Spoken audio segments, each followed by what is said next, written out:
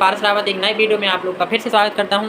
पिछले वीडियो में मेरे थोड़ी सी गलतियां फिर से हुई हैं, मुझे कई लोगों ने बोला और मुझे बहुत अच्छा लगता है जब दूसरे लोग मुझे बताते हैं कि आपने ये गलती की। पिछले वीडियो में मैंने एक वीडियो में 1/14 का ये सब बता दिया था, वो नहीं बताना था। ये बताना चाहिए था 14% को अपन फ्रैक्शन वैल्यू में कैसे लिख सकते हैं। 14% फ्रैक्शन वैल्यू में अपन लिख सकते हैं 7 सही 2/7, 7 सही 2/7 लिख सकते हैं। ठीक है, 7 सही 1/7 लिख सकते हैं। देखो फिर से गलती हो गई। तो ऐसी गलती को सुधारने के लिए आप लोग हमें बताएं और हम उसकी गलती को सुधार करके आप लोग को सिखाएं और हम भी कुछ सीखें, क्योंकि सीखने की कोई उम्र नहीं होती है। अभी तो मेरी उम्र सीखने की ही है वैसे तो आज हम फ्रैक्शन वैल्यू के बारे में बात करेंगे और परसेंटेज के बारे में बात करेंगे। ठीक है, और आप लोग को मैं पहले ही बता चुका हूँ कि मैं पेन और कॉपी से नहीं सिखाता, मैं सिर्फ बोल के बताऊँगा, क्योंकि जो बातें माइंड में डायरेक्ट बोल के अगर समझ में आ गई तो उसे पेन कॉपी की जरूरत नहीं है। और मैंने कभी भी नोट्स नहीं बनाए हैं, ना मैथ्स के, केवल हिस्ट्री पॉलिटी के मैं बनाता हूँ, उसकी पीडीएफ लेता हूँ, लेकिन मैथ्स रीजनिंग के मैं कभी नोट्स नहीं बनाता हूँ। और धीरे धीरे मैं एक चैप्टर वाइज वीडियो बनाना शुरू करूँगा। अभी मैं सिर्फ कुछ ही ऐसे पॉइंट आधा यहाँ आधा बना रहा हूँ। जैसे आज मैं डिवाइडेड रूल पढ़ाऊँगा 1 2 से ले जाके 7 8 9 10 13 14 तक। और आज परसेंटेज के बारे में बात करेंगे। सबसे पहले परसेंटेज के बारे में बात करेंगे। आप लोग को पता है 20% क्या होता है, 1/5 होता है। 40% क्या होता है, 2/3 होता है। 50% 1/2 होता है। 5% 1/20 होता है। 4% 1/25 होता है। 25% 1/4 होता है और 25% 1/4 होता है। सब पता है, लेकिन अब ऐसे फ्रैक्शन के बारे में बात करेंगे बहुत ही कम लोगों को पता होता है। ठीक है, जैसे कि वही क्वेश्चन था जैसे 14% को अपन लिख सकते हैं 7 सही 1/7। तो ये आता कैसे है, आया कैसे? सबसे पहले अपन 14% को अपन क्या लिख सकते हैं, 14/100। 14/100 लिखा अपन ने। ठीक है, तो अपन को सबसे पहले ये देखना है कि 14 को अपन कितनी बार गुणा करेंगे 100 आ जाए। और ये मतलब कम ज़्यादा नहीं होना चाहिए, कम ही रहना चाहिए। तो 14 को अपन 7 बार गुणा करेंगे तो अपन को ये तो पता चलेगा कि वहाँ पे 7 आएगा। अब 7 सही, रिमाइंडर कितना बचा, और रिमाइंडर के ऊपर लिखो 7 सही 2/14, 14×98 200, 100/14 आ गया। लेकिन अपन 2/14 को काट भी सकते हैं 1/7, इसलिए 7 सही 1/7 आता है। ठीक है, अब जैसे कि अपन को कैसे पता चलेगा, अब जैसे कि 35%, तो अपन को सबसे पहले ये देखना है जो 35% है, 35% कौन सी संख्या से काट सकता है, 7 और 5। तो अपन को 100 को भी काटना है तो 5 से अपन काटेंगे, तो 5 से अपन 35 काटेंगे तो 7 बार जाएगा, तो 7/20 हो जाएगा। 7 बना 35, 20 5 35% को अपन 7/20 फ्रैक्शन वैल्यू में लिख सकते हैं। 65% को 13/20 लिख सकते हैं। 85% को 17/20 लिख सकते हैं। 95% को 19/20 लिख सकते हैं। 75% को 15/20 लिख सकते हैं और 55% को 11/20 लिख सकते हैं। ये तो अपन से सबको आता है। ठीक है, तो ये सब कुछ वैल्यू पूछ लेता है। जैसे कि अपन कभी कभी पूछ लेता है कि जैसे कि कभी कभी पूछ ले 12.5%, अपन 12.5% को 1/8 लिख सकती है। जैसे कि ये वैल्यू अपन को किताबों से भी मिल जाएगा, लेकिन अपन को हेड टू हेड समझ के चलना है। समझ कैसे सकते हैं अपन इस वैल्यू को, जैसे कि 12.5%। ठीक है, 12.5% को अपन 2 बार गुणा कर देंगे तो क्या हो जाएगा 25, और 25 चौको 100, मतलब 2 चौको 8, तो वो 1/8 हो गया। 12.5% को अपन कितना लिख सकते हैं 1/8। ठीक है, ऐसे अपन 1/7 को क्या लिख सकते हैं 1/7। अपन ने क्या बोला था मैंने, 7 का अपन को डिवाइड करना है 100 से, 7 को डिवाइड 100 से करेंगे तो 14 बार जाएगा। तो इसको अपन क्या लिख सकते हैं 14 सही 1/7।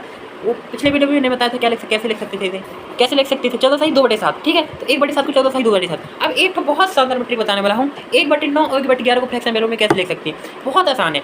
1/9 को लिखा है अपन को एस्टिक 1/9 लिख देना है और आगे 11 लगा देना है। 1/11 लिखा है 1/11 लगा देना है, लिख देना है और आगे 9 लगा देना है। बहुत ही आसान है 1/9 1/11। और जैसे 1/15 है, ठीक है, 1/15 को अपन 6 सही 2/3 और 1/16 को 6 सही 1/4 लिख सकते हैं। तो ऐसे अपन फ्रैक्शन वैल्यू को याद कर सकते हैं। और आपको ये आपकी प्रैक्टिस और आपकी मेहनत पर डिपेंड करते हैं फ्रैक्शन वैल्यू, इसलिए भी पेपर में आते हैं। ज़्यादा समय नहीं लूँगा इसमें, ये आप खुद दे सकते हैं।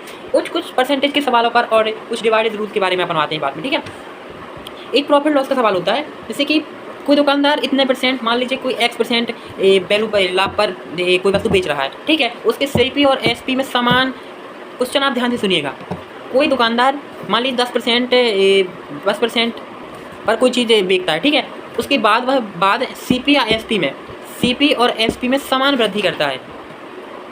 समान वृद्धि करने से मतलब ये है, जैसे कोई वस्तु पर उससे 10% लाभ हो रहा था, फिर बाद में CP और SP पर समान वृद्धि कर देता है, समान % की वृद्धि कर देता है। मान लो 10 रुपये की वृद्धि कर देता है या 10% की वृद्धि कर देता है, उसे अंत में लाभ या लाभ या हानि क्या होगी, तो अपन फिर से नहीं वो कैलकुलेट करेंगे। अगर शुरुआत में एक दे दिया उसने X% का मतलब कुछ भी 10% है जैसे यहाँ पे, और बाद में वह SP और CP में बराबर की बढ़ोतरी कर रहा है, तो जो पहले लाभ हो रहा था वही बाद में लाभ होगा। मतलब जैसे कोई क्वेश्चन है किसी वस्तु पर 29% पर लाभ होता है और उसकी CP और SP में 30% की वृद्धि कर दी जाती है, तो लास्ट में लाभ या हानि क्या होती है, लाभ ही होगा, वो भी 30% का लाभ होगा। उसमें अगर CP और SP में समान की वृद्धि की है तो हमेशा समान ही लास्ट में लाभ होगा जो पहले लाभ हुआ था। उसमें आपको कैलकुलेट करने की आवश्यकता नहीं है। ये क्वेश्चन कई बार आ चुका है SSC का एग्जाम, कई बार आ चुका है एग्जाम, इसलिए कि ये क्वेश्चन बहुत ही अच्छा है क्योंकि इसमें कैलकुलेटेड नहीं करना पड़ता, सीधे डायरेक्ट आंसर देना पड़ता है। अब अपन आते हैं विभाज्यता के रूल में।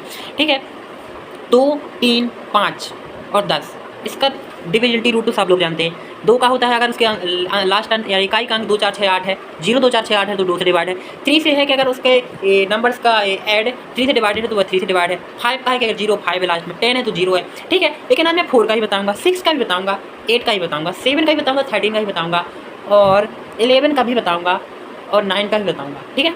तो स्टार्ट करते हैं। सबसे पहला पॉइंट है 4। ध्यान से सुनिएगा। 4 का डिविजिबिलिटी रूट यह कहता है कि अगर किसी नंबर के लास्ट 2 अंक 4 से डिवाइडेड है तो वह 4 से डिवाइड होगा। 6 का डिविजिबिलिटी रूट यह कहता है कि अगर लास्ट के 3 अंक 3 नंबर अगर 6 से डिवाइडेड है तो वह संख्या 6 से डिवाइड। 8 का बताता हूँ, अगर लास्ट के 4 अंक, माफ़ करिए, लास्ट के 3 अंक 8 से डिवाइडेड है तो वह 8 से डिवाइड होगा। माफ़ कीजिए, 2, 4 और 8 का पेयर होता है। 6 का मैं कल ही वीडियो लाऊंगा, आज नहीं ला रहा। 2 के लिए क्या है 1 अंक, 4 के लिए 2 अंक और 8 के लिए 3 अंक और 16 के लिए कितना होगा कमेंट में बताएंगे आप लोग। 4 अंक मतलब 2 के लिए 1 अंक डिवाइड होगा। 2 के लिए केवल 0, 2, 4, 6, 8 हो तो 2 से डिवाइडेड हो जाएगा, मतलब 2 के सीधे डिविजिबिलिटी रूल लिख दिए। अब 4 के लिए लास्ट के 2 अंक लिखना थोड़ी सी मुश्किल है, इसलिए अपने सीधे बोल दिया कि 4 है कि जो लास्ट के 2 अंक 4 से डिवाइडेड है तो वह संख्या 4 से डिवाइडेड होगी। 8 के लास्ट के 3 अंक अगर 8 से डिवाइडेड है तो वह संख्या पूर्णतः 8 से विभाजित होगी। और 16 के लिए यह है लास्ट के 4 अंक अगर 16 से डिवाइडेड है तो वह 16 से संख्या पूरी तरह डिवाइडेड होगी। अब इसके बाद आते हैं 5 के लिए अपन को पता है 0, 5 लास्ट में होना चाहिए और 10 के लिए पता है। अगर लेकिन 25 के लिए तो नहीं पता है ना। 25 के लिए अपन आज जान लिखते हैं। लास्ट के 2 अंक अगर 25 से डिवाइडेड है तो वह संख्या 25 से विभाजित होगी। अगर लास्ट के 3 अंक 125 से डिवाइडेड है तो वह संख्या 125 से डिवाइडेड होगी, ठीक है। अब आते हैं 7 और अभी 9 का बचा है, ठीक है। 9 और 11 का। 9 के लिए क्या है, 9 के लिए यह है कि जैसे कि 3 का अपन को पता है, अगर उस नंबर का ऐड 9 से 3 से डिवाइडेड है तो 3 से डिवाइड होता है। सेम टू सेम अगर 9 के लिए अपन देखना है, अगर उन नंबर्स का ऐड 9 से डिवाइडेड तो वह संख्या 9 से डिवाइडेड होगी, ठीक है। अपन 3 से भी देख सकते थे लेकिन 9 से देखें तो ज़्यादा सही रहेगा। 11 के लिए क्या है, कोई नंबर्स के ऑड अंक का ऐड सम और इवन स्थान का सम, ठीक है। अगर इवन स्थान का सम और ऑड स्थान का सम का अंतर 0 या फिर 11 का मल्टीपल है तो वह संख्या पूर्णतः 11 से डिवाइडेड होगी। 1 से 11 तक अपने पढ़ लिया, लेकिन 7 और 13 का अपन नहीं पढ़ा है। 7 और 13, ठीक है। 7 और 13 अपन को कैसे देखना पड़ता है, जैसे कि कोई संख्या है 91, ठीक है। तो अगर अपन को देखना है कि 91 से डिविजिबल है कि नहीं है तो अपन को 91 से नहीं देखना है, अपन को माइंड का इस्तेमाल करना है, क्योंकि अपन को पता है 91 7 और 13 से डिविजिबल है। तो जब वो संख्या 7 और 9 से डिविजिबल होगी तो वह 91 से ऑटोमेटिक डिविजिबल हो जाएगी ना। तो अपन को कोई संख्या अपन को देखनी है 7 और 9 से डिविजिबल है तो वह 91 से डिविजिबल होगी। या फिर अपन को 7 9 के लिए देखना तो 91 से देख सकते हैं। वो केवल प्रेजेंट ऑफ माइंड पर डिपेंड करता है। तो अपन ऐसे फिर से डिवाइडेड रूट ज्ञात कर सकते हैं, ठीक है। और इस वीडियो कमेंट में बताइए मैं क्या सुधार कर सकता हूँ अपनी वीडियो में, और सपोर्ट करिए कि मैं ऐसे ही वीडियो बनाऊँ और आपकी मदद करूँ, मैं भी पढ़ाई करूँ, आप भी पढ़ाई करें। धन्यवाद, थैंक फॉर वीडियो।